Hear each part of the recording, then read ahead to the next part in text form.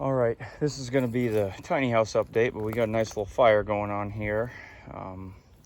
We got a lot of hollow oak trees here that burned kind of neat. And so you can see it kind of up through the center there. And it actually will come out the other side too when it's first burning.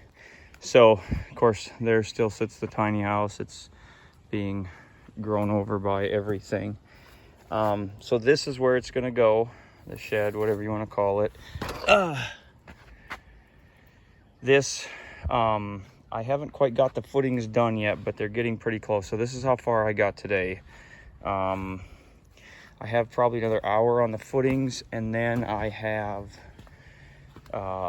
and these aren't quite perfect, but when the concrete gets poured, they'll actually push out a little bit. This is about 17 inches. It's got to be 18 when it's poured. Down here, it's 18 where it's solid. So this is also 18. These are going to be 8 inches deep, just to support that shed, basically.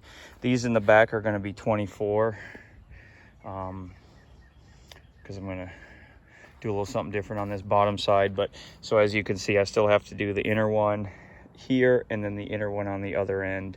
Like I said, probably another hour or so of that. Then I'll put the rebar chairs down, and then I'll set the rebar. I'll tie all that together, and this will be good to go. It should be done, if not tomorrow, for sure by Wednesday. There's the rebar chairs. That's what they set up on. Basically, you just stick them down like that, and then you set your rebar right in that groove right there. And it holds it up so that when you pour the concrete, it surrounds the rebar. So, and then of course you can see these aren't down all the way yet. I still have to push them down a bit, but I need to get, so I've got these string levels, and what you do, or what I'm going to do, is I put a mark at 5 inches here. Each corner post has a mark at 5 inches. So there's one on that corner post down there. I'm going to run a string all the way along, put these string levels on, and then once I've got it set that way, I'm going to shoot grade. You can see the stand still there. Find the lowest spot of all of this, and then level everything to that lowest spot. So then at that point, I will finish pounding that down. Now there's still going to be a bit of a gap there, because these are 2x6s, which is actually 5.5 inches, and I wanted 8 inches deep. So there's gonna be a 2.5 inch hole on the bottom.